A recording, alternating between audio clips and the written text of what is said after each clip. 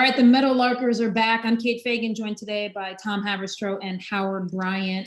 Howard, we've talked in past weeks about this player empowerment in the NBA and whether it's a bridge too far at this point. What are you thinking about where the NBA is headed and where we find ourselves right now with that league? I think the first thing is that I'm really concerned about, once again, what are the things that we talk about? We talk about language all the time. I'm not sure player empowerment is what we're talking about. I mean, is this empowerment, or is this just massively childish and massively selfish? And it's funny because all of these terms were once rooted in some form of rebalancing, some sort of honor, some form of that there was a nobility to where they were going, right? To the voice, that the voice was going to be used for good, or the voice is going to be used to the betterment of. And that really hasn't always been the case now. And so when I hear the words player empowerment, when I hear these different things coupled with Ben Simmons acting like this, or Zion Williamson, or whomever the latest player is, it's interesting to see. It's a careful what you wish for, because now these players have a lot of power, but it's how they're using it that is actually changing the definition of player empowerment from something positive into something that looks really ugly. Yeah, because you can always see when certain rights are fought for, often the people fighting for them have this goal of using them, Howard, as you mentioned, for good, or to further the ability for the future generations to have generational inheritance to their sport and to have a form of equity within it, whether it's in sports or outside of sports. But oftentimes, inevitably, when there is a fight for power, then an umbrella is formed under which people stand and hide under that umbrella, demanding things, wanting things, exerting control in the name of empowerment that, as you mentioned, is selfish and childish. And that's kind of where we see Ben Simmons right now. And I think I do get a little worried about the future of the NBA at this point, because they are busting down and crashing through all of the bridges of relatability that they had left. And I don't think that fans, the most charitable fans, need every bridge of relatability to be open to players. I mean, you've got some fans who just throw up their hands and like, these millionaires, I can't even imagine, I can't imagine what their life is like. And there's no form of humanity even offered to them. I'm not talking about those version of fans. I'm talking about most fans who just want some bridge of relatability to remain open. It's fine that these players are making amounts of money that most of us can't fathom. That happens to be the business in which they are in. But when I look at Simmons right now and where the NBA is headed, and where the connection to team and to history and to community, these parts of the game that I thought were integral to it, just being destroyed by someone like Ben Simmons. And I don't want to act like, oh, he's the canary in the coal mine and now there's going to be hundreds of Ben Simmons, but we've seen this at steps along the way over the last few years from the NBA. Like, is nothing sacred anymore? Like, well, what I think is sort of interesting about it, Kate, sorry, but I think is what I like about this conversation is that, as selfish as it is, we're talking about this from a fan standpoint. I think about it from the player standpoint. Who is actually being served here? You listen to what Joel Embiid said in Tom's essay, and this isn't a player empowerment thing from the standpoint as owners versus management. I'm sorry, of players versus management. This is player versus player. You're messing up. These guys are trying to win. So it really is as individual an idea as you could make it. This is not a collective.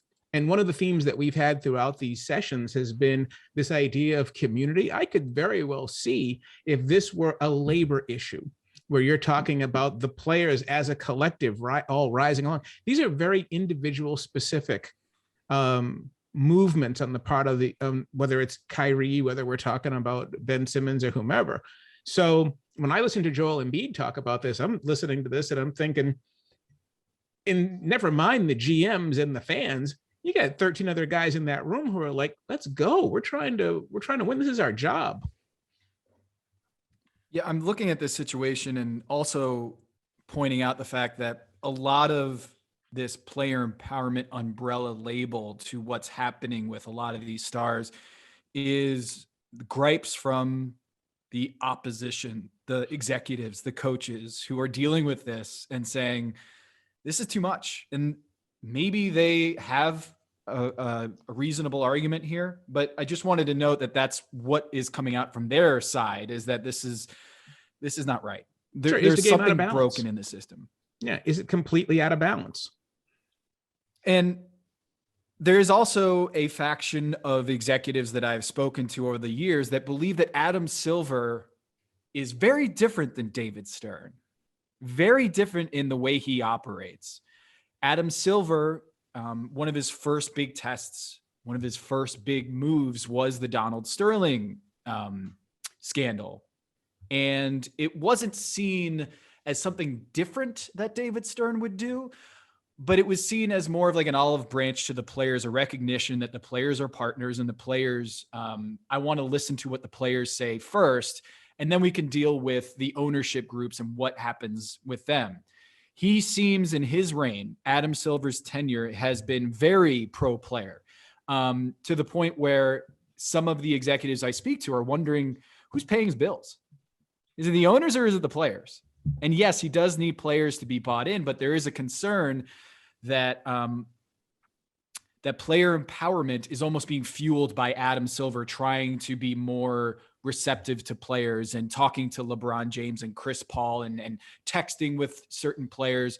And in that moment when he's talking to Bill Simmons, not Ben Simmons, at the Sloan conference a couple of years ago, and having that, I talk to players late at night and they talk to me about their mental health issues and that they're lonely and that social media is rotting their psyche and that they're very lonely. I think part of the reaction to those comments by Adam Silver were like, you're working for the owners here and we need to push back against the players. The players seem to have Adam Silver's ear and they seem to be having too much power. And some of these executives and coaches are fed up and they're done with it. Anthony Davis, Jimmy Butler, James Harden, Kawhi Leonard. Now we're seeing Zion and Kyrie and Ben Simmons.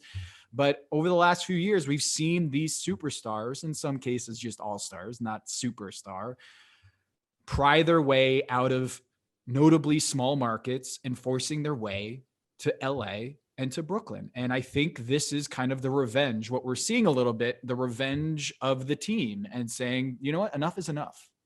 But is it? Thinking, go ahead. Yeah, go ahead. No, Howard, stick on this. No, I was going to say, but is it the revenge of the team? I mean, I think that it very well may be, but I think that, you bring up a really good point, Tom. If Adam Silver is not careful, he's going to be the one who's out of a job, because at some point the owners, whether they call themselves CEOs or managing partners or whatever, that's who you work for. The players don't choose the commissioner. But I think that the other piece of this is when you are in a situation that requires sort of boundaries, there are certain boundaries you can't cross, right? As much as you're trying to be pro player, as much as you may try to work with management, at some point, there's a reason why labor and management are on opposite sides. And in this case, what's happening in the NBA, and you've seen it in the NBA more than the other sports because of the structure, because of the revenue sharing piece of it, because of the high profile nature of the superstar players, starting back with Michael Jordan, that there has seemed to be a belief that the NBA could be partners with its players.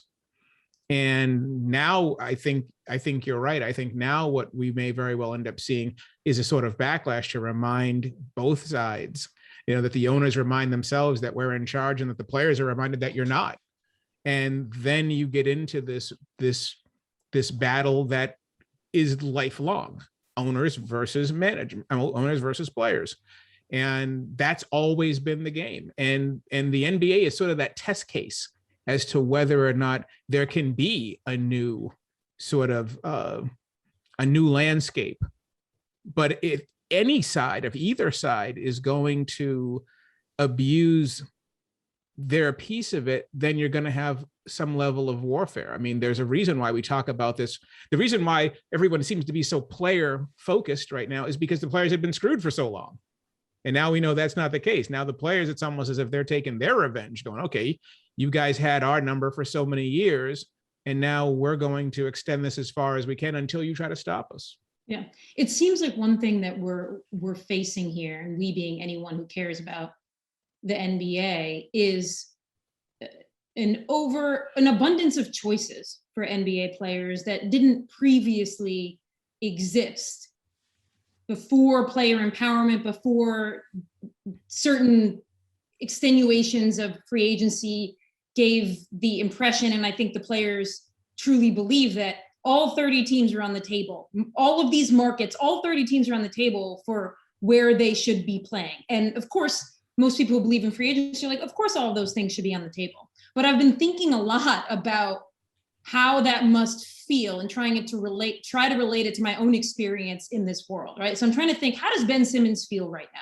As much as I can read, as far as I can gather, it seems as if he's never really been forced to stay in a place that made him feel something and actually self-soothe and figure it out. It seems like most things along the way have been fixed for him, and everything you read about, being coddled by his dad. I'm not even going to go down specifically Ben Simmons, but I'm trying to understand, what must it feel like to be an NBA player right now who seemingly has every market at their disposal? And I think a lot about this term called life optimization, right? That basically the essence of life optimization is that you have in your hand a device that can let you like Yelp and Google every restaurant in a city. So you do that, right? You spend an hour and you're like, I'm going to find the perfect restaurant tonight where the lighting's going to be great, the food's going to be great, the ambiance is going to be great.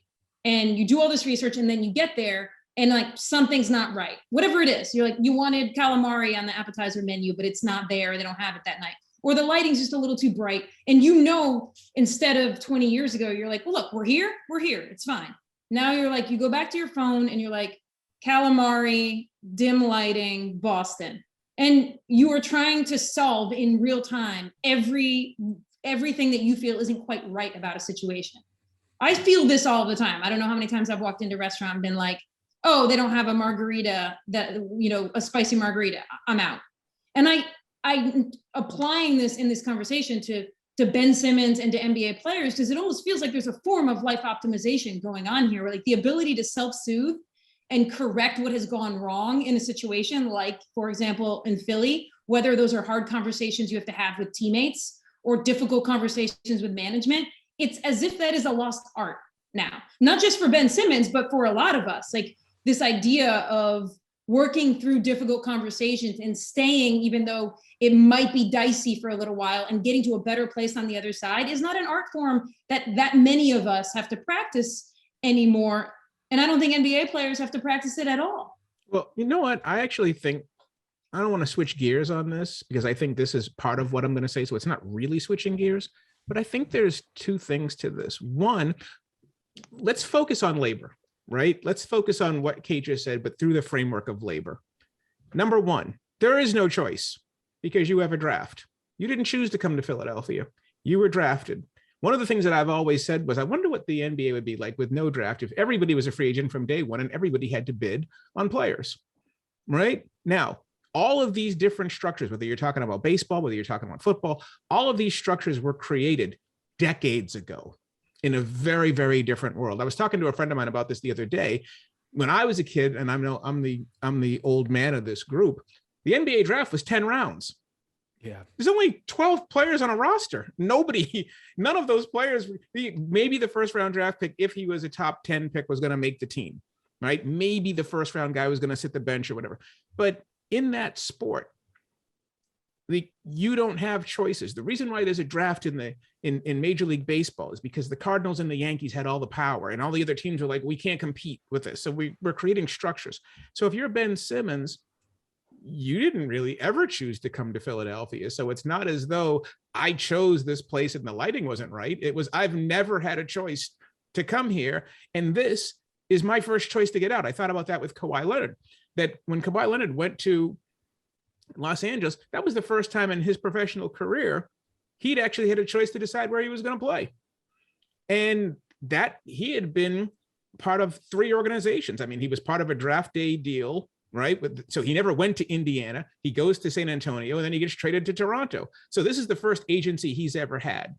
The other thing in talking about this, just from a basketball labor specific subject, you can't pull this in football unless you're a quarterback. You probably can't pull this in baseball because basketball is a best player wins sport. No other professional athlete, maybe a quarterback, but no other professional athlete has the same power as a superstar, legendary, top shelf basketball player. You change everything with your presence.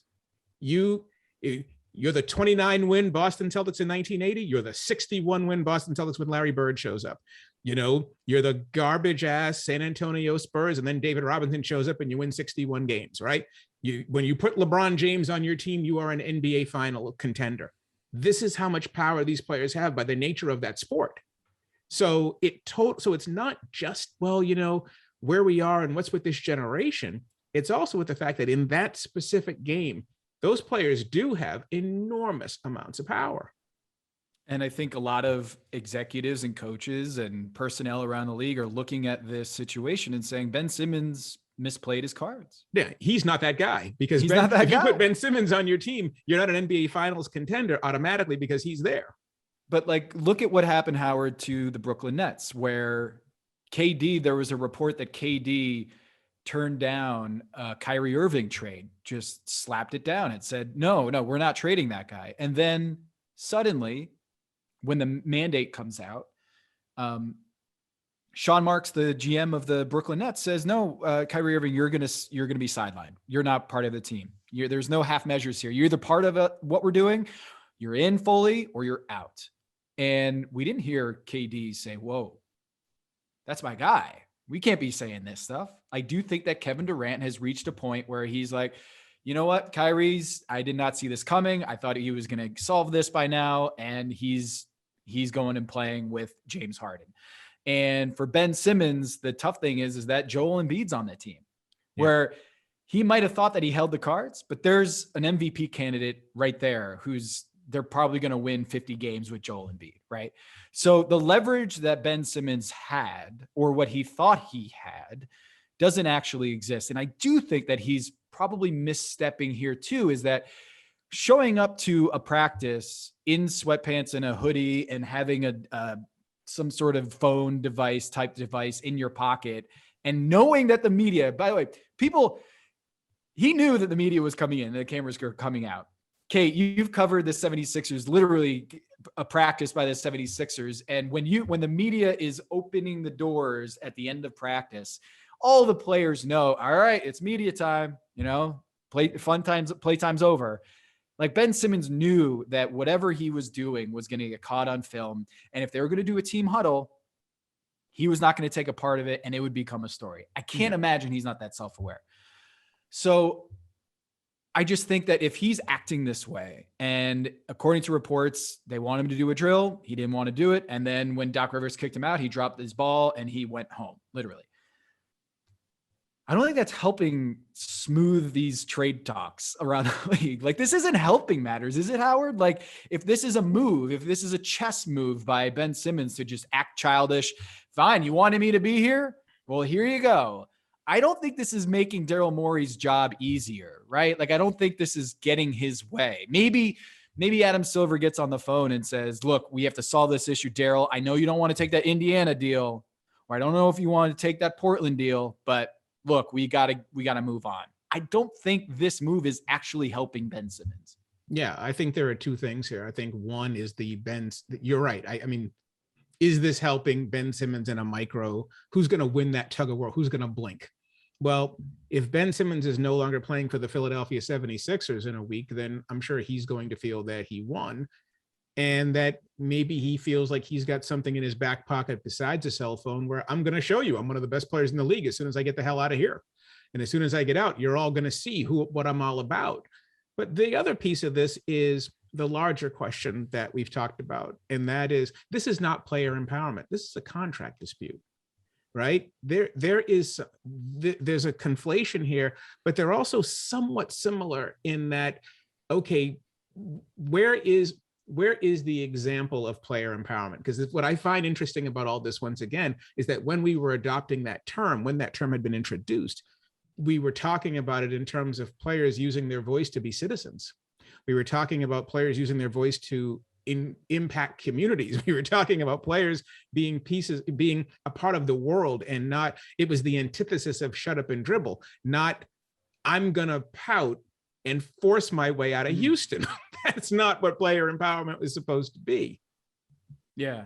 I mean, he Yeah, I does have think- a 5-year contract, right? Like, this is a player who signed on the dotted line in 2019 to extend, make more money than he could elsewhere, and signed a 5-year deal with the 76ers. Yeah. So the real question is professionalism. Go ahead, to me. Yeah. Tom, I mean, you he good? signed the 5-year deal, and Jimmy Butler, when he acted out in practice and dropped a nuclear bomb on the Minnesota Timberwolves, he was in an expiring deal, which made things easier for the Timberwolves to say, all right, he's not part of our long-term plans, and wherever he goes, they know the deal. He is a short-term rental and may have an inside track to signing him long-term.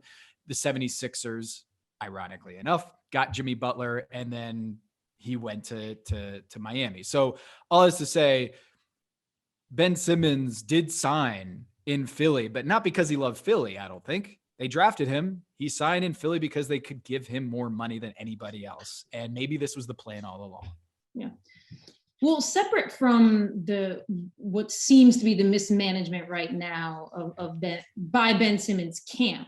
All right. I mean, that's how I think of it as an outsider looking into it.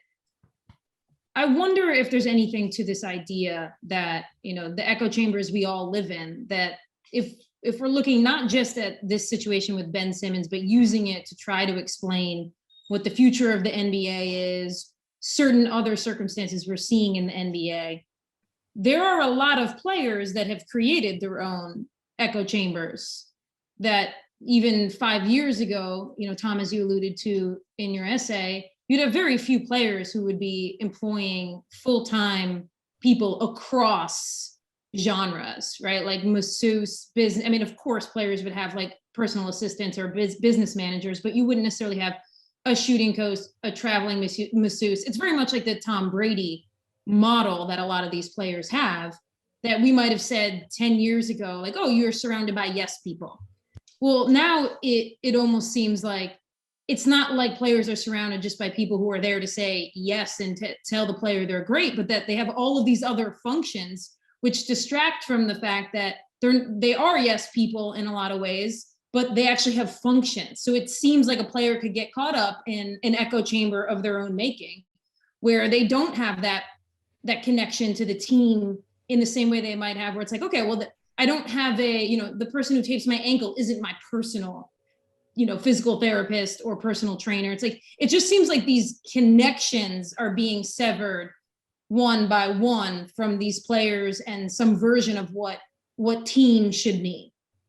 Yeah. But even that is a byproduct of labor. It's a fight.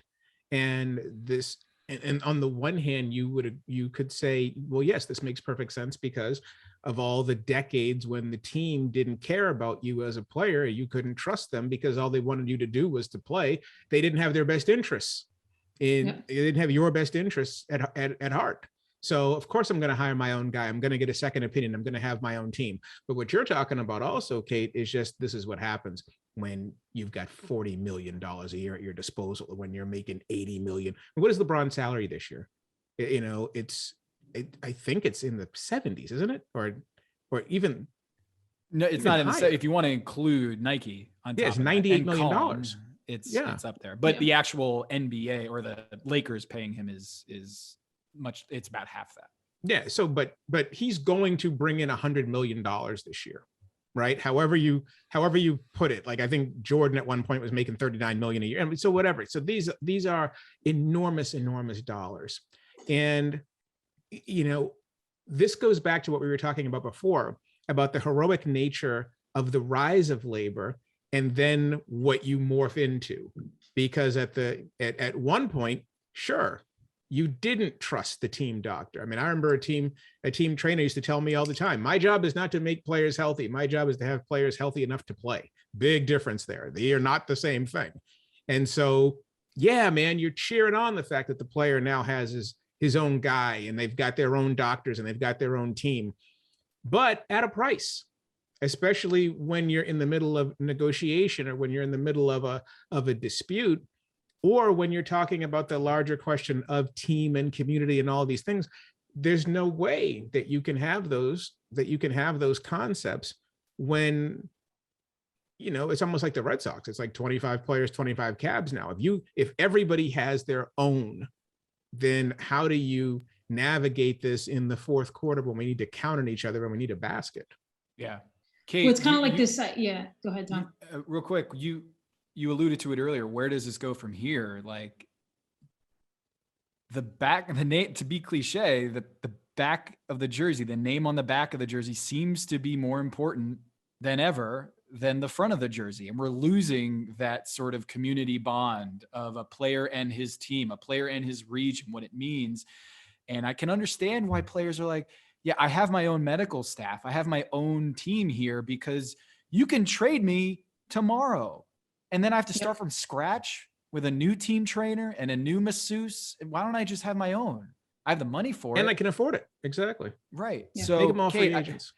I just wonder if player empowerment and what's happening with Ben Simmons and Kyrie is that we're seeing the fraying of teams, the actual Brooklyn Nets, the actual Philadelphia 76ers, and in the NBA specifically, they're looking at this like, is this good for the sport? Is that at the beginning of the season opener is here, and no one's talking about LeBron versus Steph tonight. No, Yeah. but you know what? Yeah, and this is where like, I know I'm trying to make connections to broader culture, but it shouldn't be lost on all of us that all of the places where we used to get community have also been fraying. Like the general idea of community, whether you thought of it, you thought of it as a made up conceit anyway in America or not, the places where we supposedly had community have been fraying for years and years, to the point now where like, I don't think that many of us have that much outside community. So it's like, and you see it being replicated in a way in the NBA where it's like, it's a fraying of community. And to use, sadly, a cliche, it's like, we are always like, power corrupts. And you're seeing like these NBA players get power, and it's now so many years in and so much money in. And I'm not saying that they're all corrupt in any way, but you can start to see it fraying to the point where you're seeing it impact at least someone who grew up like obviously a basketball obsessed. It's fraying at what I thought were like the sacred cows of the game. It's like team and community being at the heart of everything everyone always talks about. Any post-game interview you ever talk about, it's like, well, I did it for my teammates. It's like, can't even really say that with a straight face anymore, because who did you do? I mean, that's not to say, obviously there's a lot of NBA guys who love their teammates, and there's a lot of teams out there who actually probably are genuinely teams. But I do worry about this idea of like this fraying of what community is, and then seeing it paralleled in the NBA.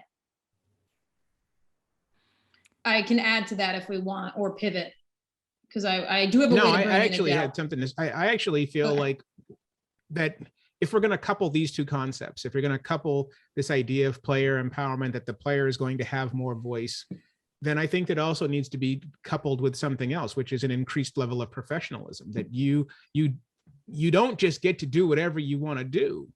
And you do have damage. There are going to be damaging consequences to that if you're going to just blow up teams. And we've seen it. And this is nothing new. I mean, we also saw this. Magic Johnson blew up a team in 1980 when with the Lakers, and when Paul Westhead was the coach back then, when Pat Riley took over a couple of years later. And so clearly these things, it's a constant tug of war for power and for balance. And I understand that. But at the same time, you do have a responsibility to be professional. Just because you can do certain things doesn't mean it's good for you or good for your team. Can anybody make the argument right now that the way Ben Simmons is handling himself is good for anybody outside of Ben Simmons. And maybe not even that. And maybe not even him. He could be traded to a team he doesn't want. Like the chances are is that just pure numbers, the probability that he is traded to one of his favorite teams that on his list is almost nil, right? That Daryl Morey and Joshua Harris, the owner in Philly, if they have a list of offers, what are the chances that it's what Ben Simmons wants? And then we're going to start this all over again if he's traded to a team he doesn't want to be at. This idea that NBA players feel at times when I'm paying attention to the NBA, it feels like they're just out of reach. They're out of reach with, out of step as well. And I don't know, that's a generalization, but I think we've seen a couple things over the last year that it feels at times like NBA players have become Hollywoodized, and there's this sense, and they always have been, but even more so, just gathering power. They have more people around them. There's more commodification of who they are. I've been having a lot of conversations lately just with friends of mine trying to deconstruct my own emotions around Adele recently, considering that she just dropped the first single off of her new album, and I'm a big Adele fan. And what I've been talking about and thinking about is why Adele over the last couple of years, and it's been widely reported, like, her posting on Instagram, like she's lost a lot of weight. And I've been trying to process my own feelings about what it is about this transformation about Adele that has caused me to pull away from my fandom of her or see her differently. And I think that what I've landed on, and I'll run it by you guys, is just two things, right? One is just the concept of relatability and how pre-Adele 2 years ago just felt to me like in most ways she was untouchable. Obviously her voice is ethereal. She sold 120 million albums. She was very funny and personable, charming. In no ways Adele relatable, except she just embodied and hadn't been gobbled up by what I see as like the Hollywood consumer culture. And I feel like I have lost Adele to like the bright white light of like refinement culture, that the last bridge to her relatability has been severed, and that she is now fully a product of like refinement capitalistic consumer culture. And I can't find a part of Adele now that I'm like, yeah, you know what? She feels like a real person to me now. It's like she has just been sucked up. It's not. It's. I mean, like, when you listen to the album, does it still feel like you're listening to the artist that you were listening to before? We only have one single, and it's tough for me to separate my emotions pre-single to what the single feels like to me. It just seems less relatable.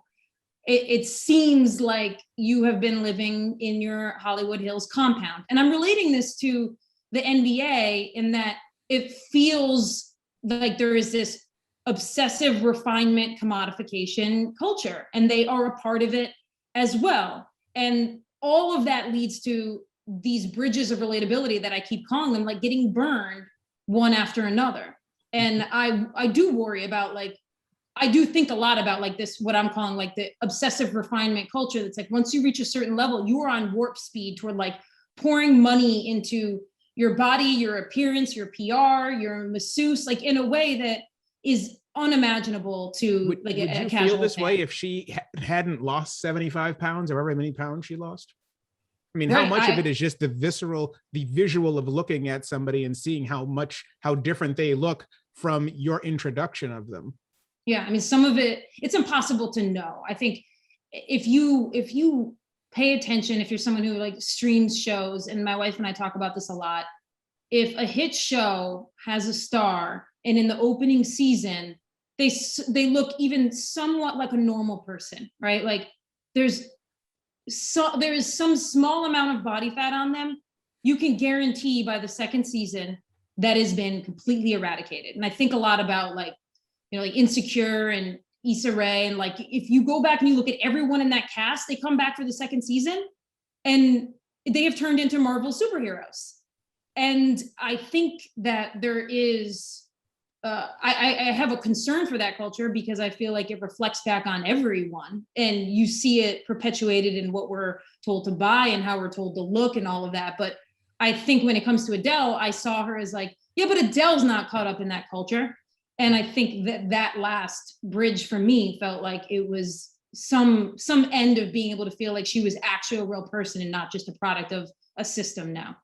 Has she explained why she lost that weight? Is there like a health like she found out that she has like a heart condition and she needs to really like eat better or exercise more? Like, have we heard that, or is it just she sold out to Hollywood?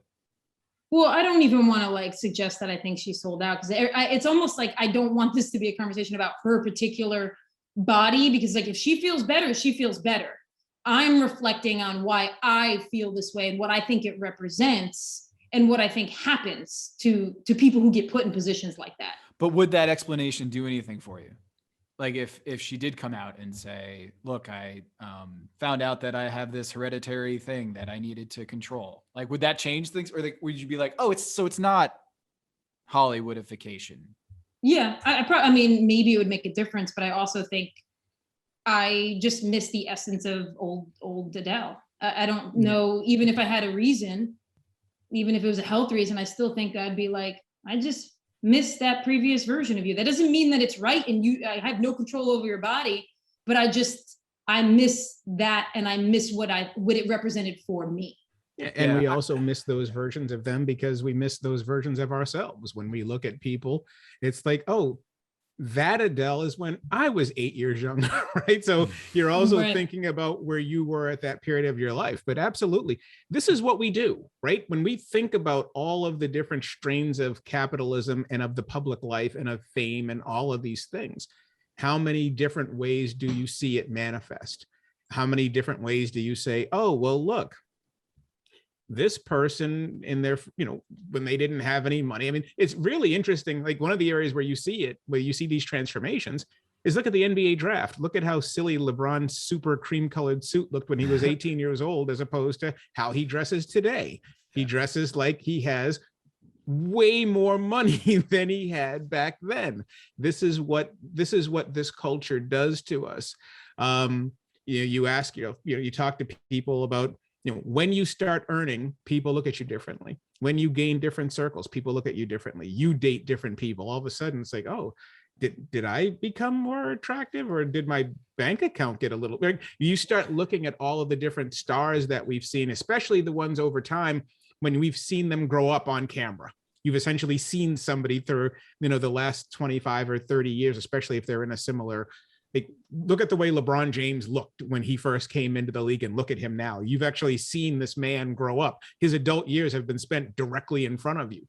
So it's absolutely true. And I think that when you see someone like Adele, when you see a superstar like that, I think it's the jarring nature of the fact that she looked human, and now she looks like she has a personal trainer, right? She looks like she is in the business of doing things that the rest of us cannot do. Like, I think maybe in the past, maybe you may have seen her as somebody who was a superhero because she had a superhuman voice that we would all kill for, but her body seemed to be going through the same stuff that all of our bodies go through. And now she's beyond that, because that's what money and fame and access and resources can do.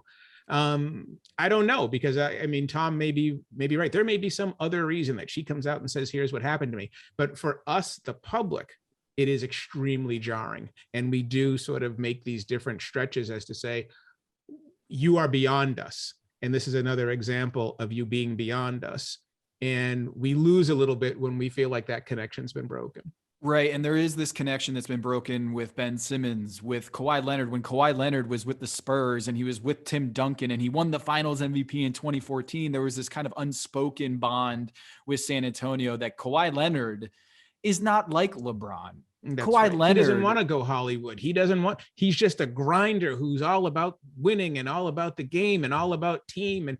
And he's a Popovich guy, and you don't have to look at him he's not going to go full diva and all that type of stuff, right? And all these different terms. These are things that we place on them. I don't know Kawhi Leonard. I've never met him. I've never spoken to him. He doesn't even talk. So you have no idea who he is. Right. And so what we do is we build up this image of who that person is based on, well, he won a championship with Popovich. They must be great.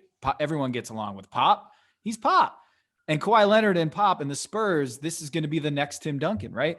And then when he says, I'm not showing up because I don't trust your medical staff, or I don't trust you as an organization, there is some dissonance there as a fan, is understanding, who do I side with here? The image of what I thought Kawhi was, knowing that he can usher in this another championship or 2 championships down the line, or do I side with the management, which is Pop, which is the idea of the Spurs, which is the idea of this aura of San Antonio Spurs and Tim Duncan and Manu Ginobili and Tony Parker. You're asking the fan to believe in a false narrative, is kind of what all of this is. Sports in general is Philly believes that Ben Simmons should be proud to represent Philly on his chest. The parochial nature of Philadelphia and the Northeast and the old NBA and these battles between New York and Boston and New York and Philly. You think back on your parents and what they rooted for and rooted against,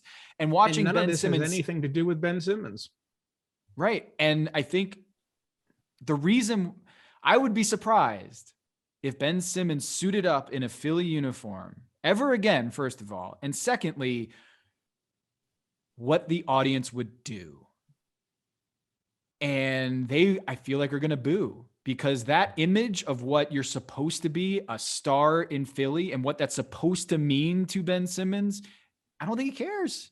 Why would he care? And it shouldn't, because they don't care. I mean, like, for example, I was so disappointed at the time when you could see what was going on with the Spurs and Kawhi. And the reason wasn't because I thought Kawhi should be a Spur for life. It was because, do we have another organization that is going to just wipe out a professional athlete? Are they really not doing right by this guy? Right. I mean, so to me, it goes back to Kate's point about having a guy. I'm like, here's the reason why I have a team, because that medical team can't be trusted. That medical team would rather have me go out and play in the fourth quarter of a stupid game against the Kings and end my career. I got to look out for my career.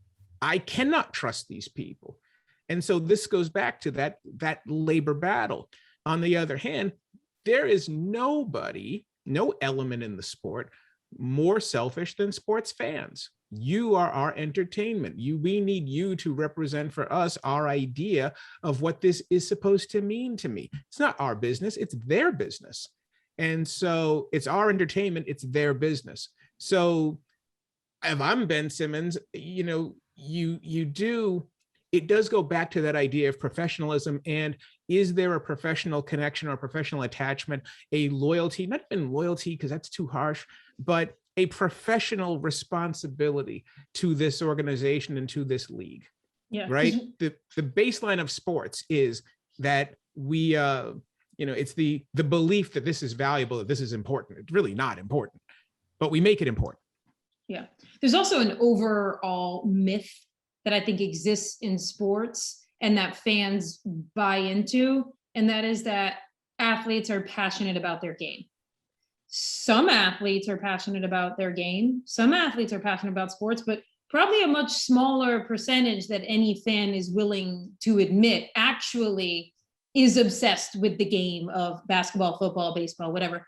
The rest are doing it because it has been positively reinforced in many ways throughout their lives, including and up to with millions of dollars. No, okay, and I think you're not even allowed to say, like, even in college, you're not even allowed as an athlete to say that you aren't passionately in love with your sport. You can't possibly say, like, well, I actually don't like basketball, but I'm a professional. No. And I show up and I work hard. But fans think that you have to be as passionate about it as they are. 1999, Jose Canseco beats the 99, maybe 98. I don't remember what year it was. I think it was 98.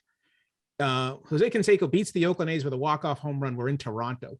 And I remember going over to him And we were just talking, and I remember asking him, do you love the game? And he just looked at me and gave me this quizzical look, and he goes, where the fuck else am I going to make $7 million? I mean, he just like broke it down right there. And the penalty that so many athletes pay when it comes out, I didn't really love the game. I mean, it's a job. I mean, that's such a wonderful trap to be in, right? That you are expected to love the game the way the same dude who's tailgating and he's got a size 52 Ray Lewis jersey on. They are two totally different dynamics. Do we penalize journalists for not loving the beat? Right? I like to write, but did I really want to go to a 3-game set in Cleveland? No. Yep. I didn't. And there is a certain, and once again, that the reason for that is because this is our pleasure and it's their job. Right. Yeah. Sports have been mythologized in this way, in a way unlike almost any other profession. I mean, I don't even think you would say like musicians need to project a desperate passion for music in the way that athletes have to project that they are passionate. Yeah. Right. Because the difference between sports and music in a lot of ways is that you can produce music and not tour. It's kind of hard to play professional sports and not be forced at some level to interact with the public. Right. That's like the movies. If you're an actor, we don't ever really ask if you love acting or not, because we don't get to talk to you post-game or pre-game, or it's not a constant interview situation where that tightness, that connection with the public is there the way it is in sports. And it really is true. Oh man, it would be great if he actually liked the game. He doesn't love the game. And that to me, there's a paternalism involved in that you have to be grateful for what we're giving you, that it's not really a profession. And because it's not really a profession, because it's charity, that you better love what you have. And when you add the racial and gender components to it and the rest of that stuff, it's like you're almost like you're betraying the industry when it is a job. Like it or not, it's a job. Go ahead, Tom. No, go ahead, Kate. I was going to say, most people's experiences playing sports end at a level before which sports turn into an aggressively business situation. Yeah. And that's getting younger and younger these days when you look at club and all of that across sports. But most people don't understand how sports gets very quickly spun out of control at the college level and then into the professional level that erodes any sort of passion or love you might have experienced as a young person playing this thing. And I'd also suggest that like sports is unique in the space it occupies as well, because most young kids play it, and most young kids get so much positive reinforcement when they're kids for playing sports by everyone in their life, that it can't be possible that everybody who's playing sports that's the thing that they truly lights them up inside. So then you refine it up to the college and pro level, and what you have is not an industry defined by passion, but an industry that has been funneled up through size, speed, dedication, a lot of other factors. And one of those but does not make it all the way to the top, is like love of this thing. And I don't think that fans allow any space for that reality to be true. And especially not if someone's going to verbalize it or behave in a way to suggest that is how they feel. And so I think that is part of Ben Simmons right now. It's because we're jealous of them. For $40 million to put a ball through a hoop, you better love it. You better be happy. You better be grateful. I mean, you could be working in a cubicle, man. You could be an electrician, right? I mean, this is the way that we frame this stuff. Whenever I talk to players about when they quit, why did you quit? Most of them, very few players will say, I just couldn't do it anymore. I mean, even though that's probably true, but the biggest reason a lot of these guys quit is because they don't want to put the effort in anymore, because it's hard. I don't want to exercise anymore. I don't want to work out anymore. I don't want to watch what I have to eat anymore. I want a cheeseburger, right? I don't want to do this anymore. And my body really, really, really hurts, right? We don't have the professional respect that we're supposed to have for this industry because we all want to be them, right? Because there are so many people who think that they want to be them when actually you probably might not, especially if you really like cheese fries, right? I mean, if you like food, I mean, think about the sacrifices you have to make to do this, to be part of this. And we don't really discuss any of that nearly enough. And it's because of the money and the distance and all of those things. But nevertheless, it's a real industry and it's a real job. And yet when you talk to regular people, to the wives, right? If regular people get to talk to the wives, that's always really like suddenly the bubble is burst. Oh, you got traded like 5 times. Where do your kids go to school? And oh, you had to maintain this residence. And all of a sudden it becomes real, you know? And it's like, oh, you guys live where? And then suddenly that it's not such a glamorous thing. Oh, well, you know, especially if you're a 25th man, like Joe Morgan used to say it all the time. Sports are only fun if you're great at them. If you're not great at it, it's a really hard grind and it's not a whole lot of fun. I think to put a bow on this side of things is Ben Simmons went to LSU and had a very team-wise not a great year and checked out. Didn't make the tournament. Didn't make the tournament. And then was rewarded with the number 1 pick in the draft. And then he was rewarded with being one of the youngest all-stars in the NBA or all NBA players. He's an all-star, defensive player of the year candidate. And that's all well and good until you turn down a layup in the biggest moment of your career, right? Then all those demons or all the yes men around you, what do you say then? What's it like to hit that adversity, hit that wall, and then turn around and say, oh, that's my fault? It hasn't worked out very well for Ben because I think there's 2 things going on. Doc Rivers made those comments saying, I don't think he's the championship caliber point guard for us, or I'm not sure if he is. And Joel Embiid basically said, man, come on. Like that was the season right there. That was the season. Ben Simmons didn't want to hear that. And whether that's because he's been coddled or babysat, as Joel Embiid said today, I don't know. Is that Rich Paul's fault that he didn't manage that situation?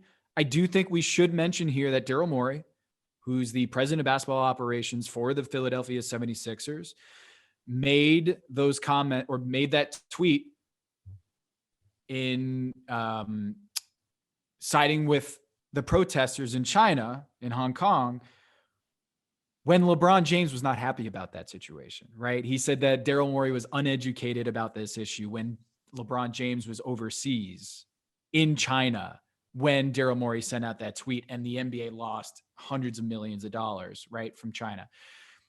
I don't think that that's totally irrelevant in this conversation with Rich Paul being the agent for LeBron James and being such a big voice in that dilemma, the China dilemma. And then you have Adam Silver on the phone and Daryl Morey, what's going to happen? This is all coming together here. And Ben Simmons doesn't trust the 76ers, doesn't trust them with either his career or doesn't trust them with getting to where he wants to be in his next spot. But I think this is all part of that same conversation is management. Does Ben Simmons trust Daryl Morey and Doc Rivers and the ownership in Philly? He obviously doesn't, right? And whether that's the same thing with Kyrie or whether that's the same thing with Zion or whether that's the same thing with, James Harden before that and Jimmy Butler before that, I think the more that this happens, I don't think this is a good thing for the NBA because then in the next rights deal, maybe they get a ton of money. Maybe they get more billions and billions more than they already do. But I really worry about how much of the conversation on all of these TV networks and all these podcasts and all the media is talking about stuff off the court rather than on the court. Not to say that NFL has figured it out, but watching an NFL game and pregame and postgame, it is so much more about football than it is in the NBA. And I think this has got to be fixed at some point. They have to come together and figure out these standoffs because it can't continue at the pace that we're at. Yeah. I also think to Kate's point really quickly. I mean, I think that there's a lottery that's taking place here, and these guys they're the winners of the gene pool. They're the winners of many things that we all say we want as employees. And one of the things that you get as the winner of a lottery is you get some choice. Maybe what we're going to see over these next several decades or years or whatever is shorter careers. And you don't have to play 20 years anymore if you don't want to, because you're already set for life after 3 or 4. Maybe what you're seeing. I mean, if Kyrie Irving, if this was 1967, we're not even having this conversation because those guys are making $8,000 a year. They need to play to work, right? Today, you don't have to do all the things that the sports culture expects you to do because you've got the agency. You know, maybe we're going to see guys play 7 years and I'm done. I did what I had to do, and that's that. And that's part of where the industry is. You're afforded that with the money. The money gives you that now. Howard Bryant, Tom Haberstroh, thanks.